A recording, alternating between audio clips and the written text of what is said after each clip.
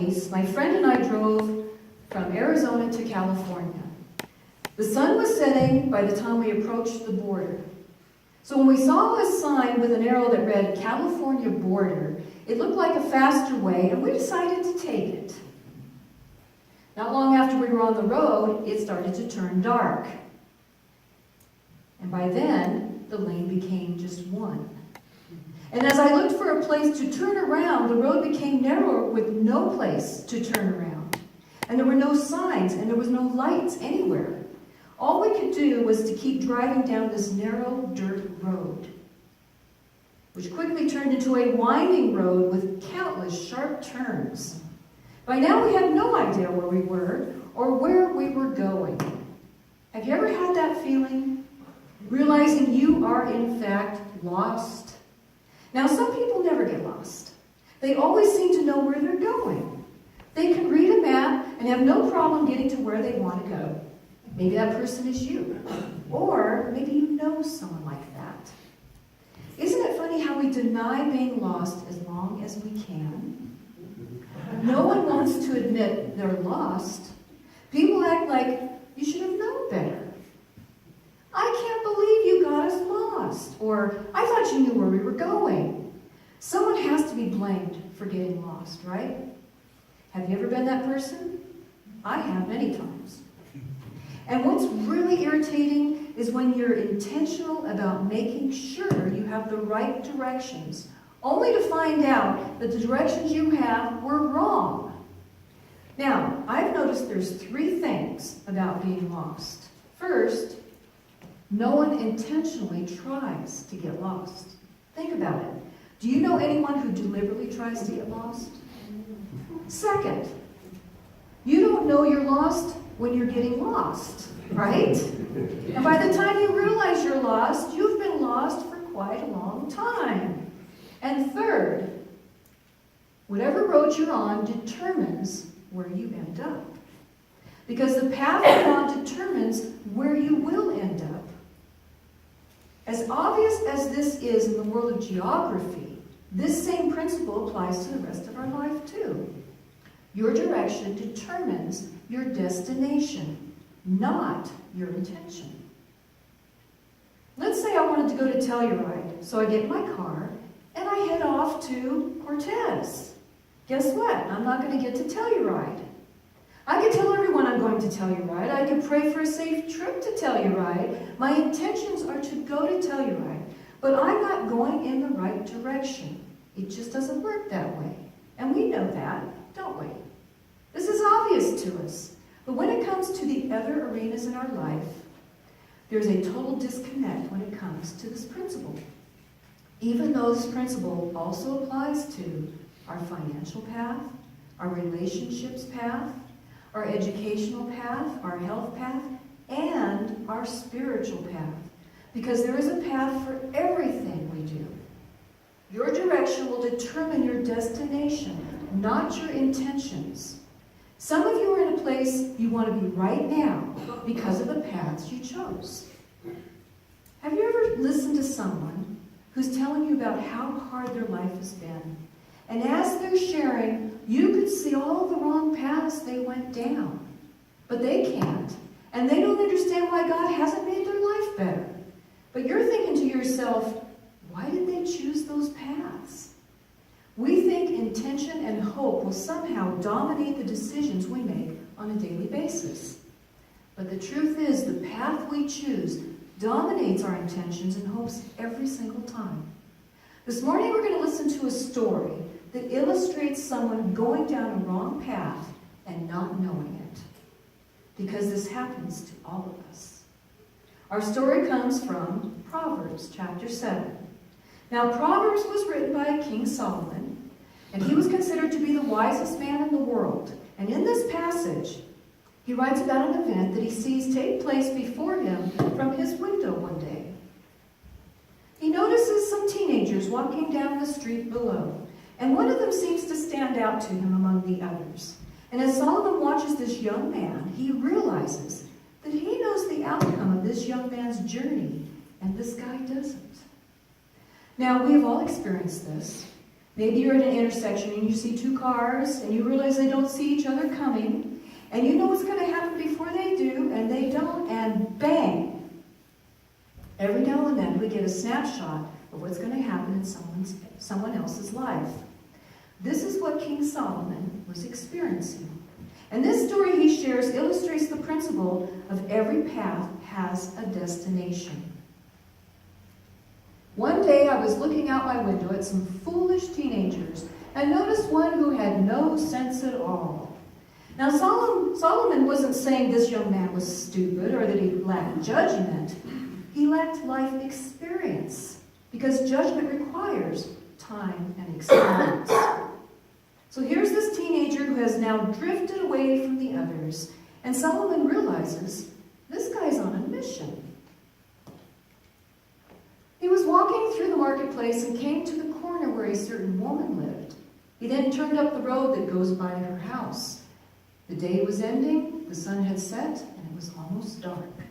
Now, you don't have to be a Bible scholar to know where this story is going.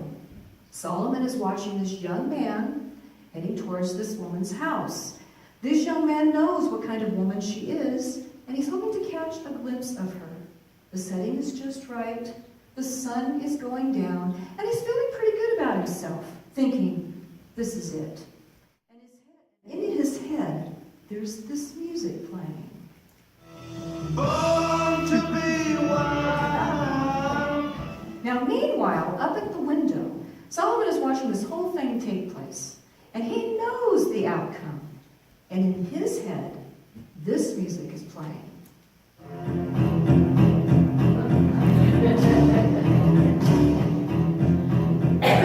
There's this huge contrast here. The young man thinks it's an exciting event. The older wise man says, no, it's not an event. It's a path to destruction. Because every path has a destination. And this is a path with a very predictable destination. The story continues. Suddenly, there she is in front of him, dressed like a prostitute. She has plans for him. She was a wild and rebellious woman who would not stay at home. She walked the streets, always looking for someone to trap. My husband has gone on a business trip. He took enough money for a long trip and won't be back for 2 weeks. She led him down the wrong path with her clever words. She charmed him with her smooth talk. All at once, he followed her. Isn't it amazing how we feel the moment? How we follow our heart into the unknown. We become entranced by our emotions, leading us and guiding our direction blindly down a wrong path. We tell ourselves, this is a good thing. This is what I've been waiting for. But Solomon describes the reality of what's happening and sums it up this way. He was like a bird rushing into a trap. Little did he know it would cost him his life. Her house is a road to the grave. It leads down to a place of the dead. Now, if Solomon would have gone to this young man and warned him, he would have laughed at him. You're just an old man. What do you know? You're making more out of what there is here. I'm just checking her out. No, this is a path. How many times have you tried to warn your kids, a friend, a relative, and they laughed at you or even got angry with you? Why?